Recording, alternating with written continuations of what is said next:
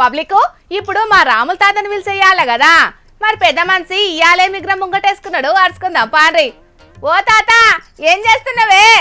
రాములు రాములా నన్ను ఆగమనం చేసినవు రాములు రాములు. అసలు నా అందానికి ఎంత రేంజ్లు ఉండాలనో ఎరికేనారా? ఇటువంటి పెంట మొక్కలతో కలిసి వార్తలు చదివే పరిస్థితి వచ్చింది. అసలు నా రేంజ్కి పెద్ద పెద్ద హీరోయిన్లు వచ్చి అక్కడ కూర్చొని వార్తలు చదవాలి. కానీ ఏం చేస్తాం, నా కిస్మత్ మంచిగా లేక ఇతరులతోటి వార్తలు చదవాల్సి వస్తుందిరా. ఏం కాదు మరి ఏం చేస్తాం, చదువుకోవాలి. రాములు రాములా నన్ను ఆగమనం చేసిన ఊరు. కోపు చూస్తా అంటే ఇది మా మొక్కిన ముసలి ముఖం రాముల తాత లెక్కనే కానొస్తున్నాడే, డౌటే లేదు. ఆయన వచ్చేయాలకు జోర్దాలకి ఇంకేవలొత్తారు గాని. ఓ తాత ఏందే ఏషము అది చెప్పు. ఓరోరి ఓగి నన్ను కొరికైరు, ఓరోరి ఓగి నన్ను నమిలేరు, ఓరోరి ఓగి నన్ను కుదిపేరు, ఓరోరి ఓగి నన్ను కలిపేరు. అరే నాకు ఒంటి మీద 60 ఏళ్ళు వచ్చిన ఈ పాట పాడుతా అంటే అక్కడ నేను 16 ఏళ్ళ పడుతున్నా అన్నట్టు అనిపిస్తాందిరా. ఈ పాట నా కోసమే పాడిర్రా ఏంది అనిపిస్తుందిరా ఈ పాట పాడుతా అంటే. భలే గమ్మత్ అనిపిస్తా. ఓరోరి ఓగి నన్ను కొరికైరు. గాడిదకి గుర్రానికి చాలా తేడుంటది మాస్టారు. ఆ పాటను నీకోసమే వాడిండ్లని పండ్లిగిలియకు. ప్రభాస్ అన్న ఫ్యాన్స్ నిన్ను బట్టలన్నీ జినిగేటట్టు కొడతారు పాయలో మరి. అరే నా అందాన్ని చూసి కొన్ని గాడిదలు కుళ్ళుకుంటానయ్యరా. నా పడుస్తానాన్ని చూసి వాళ్ళ పాస్ పండ్లల్లో పినాయిలు పోసుకుంటాళ్ళు. కొంతమందిని చూస్తుంటే ఆ పోసు గింజ పొల మాటలు మనం అసలుకే పట్టించుకోవద్దు. వాళ్ళ నోళ్ళ మన్నుగొట్ట లేకిడి మొక్కలు వేసుకొని వచ్చి జిట్టి తలిగేటట్టు మాట్లాడుతూ అంటారు. దెస్సే నీ తిప్పులాట ఆపి ఇంతకు ఎంగడేందో అది చెప్పు ముసలోడా. కాటికి కాలు చాపేకి ఈడులా గా కాటికలేంది, ఎంటికలకు గా కర్ర కలరేంది? మ్యారేజ్. నేను ఇంకో మ్యారేజ్ చేసుకోబోతానా? నన్ను చేసుకోబోయే పొల్లకు నేను పడుసు పొలగాని లెక్క కాన రావాలన్నా వద్దా? అందుకే ఈ తెల్లగడ్డానికి జరంతా నల్ల రంగు వేసుకుంటానా. ఇక నెత్తికి రంగు సరిపోదేమో అనుకొని ఇగ్గు కొని కచ్చుకొని పెట్టుకున్నా. ఎత్తున్నారా నేను? పుష్ప సినిమాలో అల్లు అర్జున్ లేకున్నావు తాత. చూస్తున్నావా అమ్మే? నా రేంజ్ అజమ్మే. పుష్పరాజమ్మే పరిశాన్ అవుతా ఉండదు ఆ అమ్మే. ఏంది నువ్వు ఇంకో మ్యారేజ్ చేసుకుంటున్నావా? ఇవాళ రేపు అన్నట్టున్నా నీకు ఏం పోయే కాలం ముసలోడా. అయినా ఈ ఏజ్ లా నిన్ను పెళ్లి చేసుకునేటోళ్ళెవలే? అమ్మరా దీని బాపమ్మ, ఇది నా ఇజ్జత్ అంతా తీస్తుంది కదరా. కూల్ రా రాములు కూల్ కూల్. పోనీలే ఇది కూడా నా మనవరాలే కాబట్టి జర్రంతా నేను అమ్ముడు పోయేదాకా ఓపిక పట్టాలి. అంతకు దగ్గ బొంత అన్నట్టు నాకు దగ్గ పొల్ల ఎవరో ఒకళ్ళు దొరకకపోతారా? నన్ను నచ్చి పెళ్లి చేసుకోకపోతుందా? అయినా ఇవన్నీ ముచ్చట్లు నీకు చెప్పాల్సిన అవసరం లేదు. నీ వార్తలు నువ్వు చదువుకో. ఇక్కడ నువ్వు పో పో పో. ఇంతకు ఈ ముచ్చట ముసల్దానికి తెలుసా?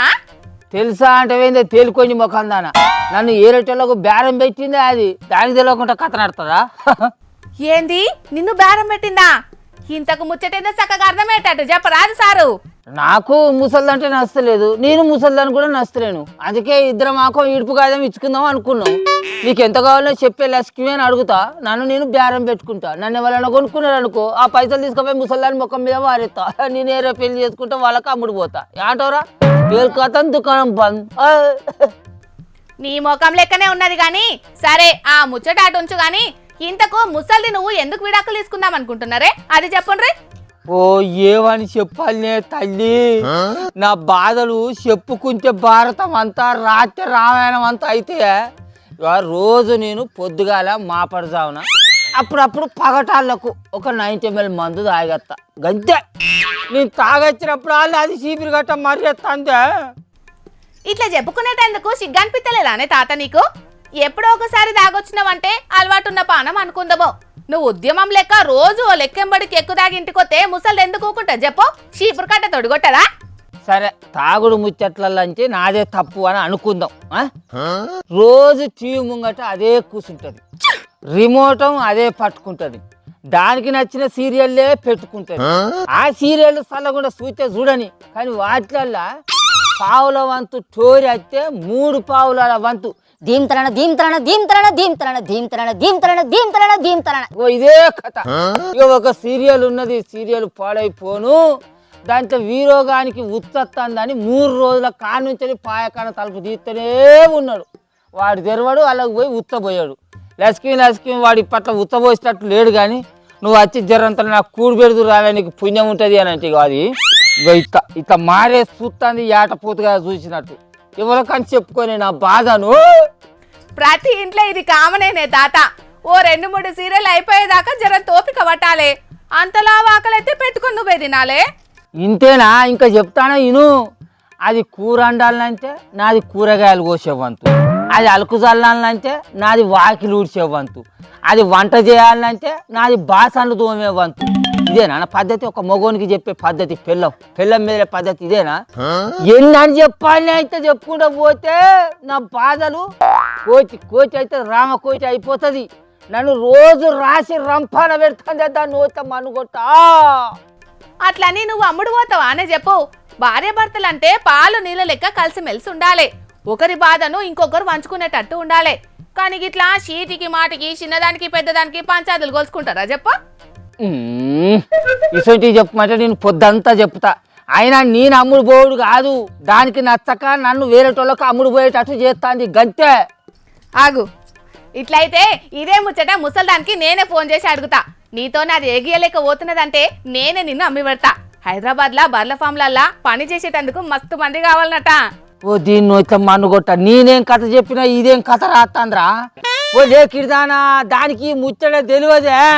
దానికి తెలియక ముందే నేను ఏ రేటోళ్ళకి అమ్ముడు పోయి ఆ పైసలు తీసుకుపోయి దాని ముఖానికి ఆడబెడదామని చూస్తాను కానీ నువ్వు దానికి ముచ్చట చెప్పకే. చెప్పుడు కాదు, ఆల్రెడీ కట్ట పట్టుకొని వస్తున్నట్టున్నది. గటు మొకాన చూడు పెద్ద మనిషి.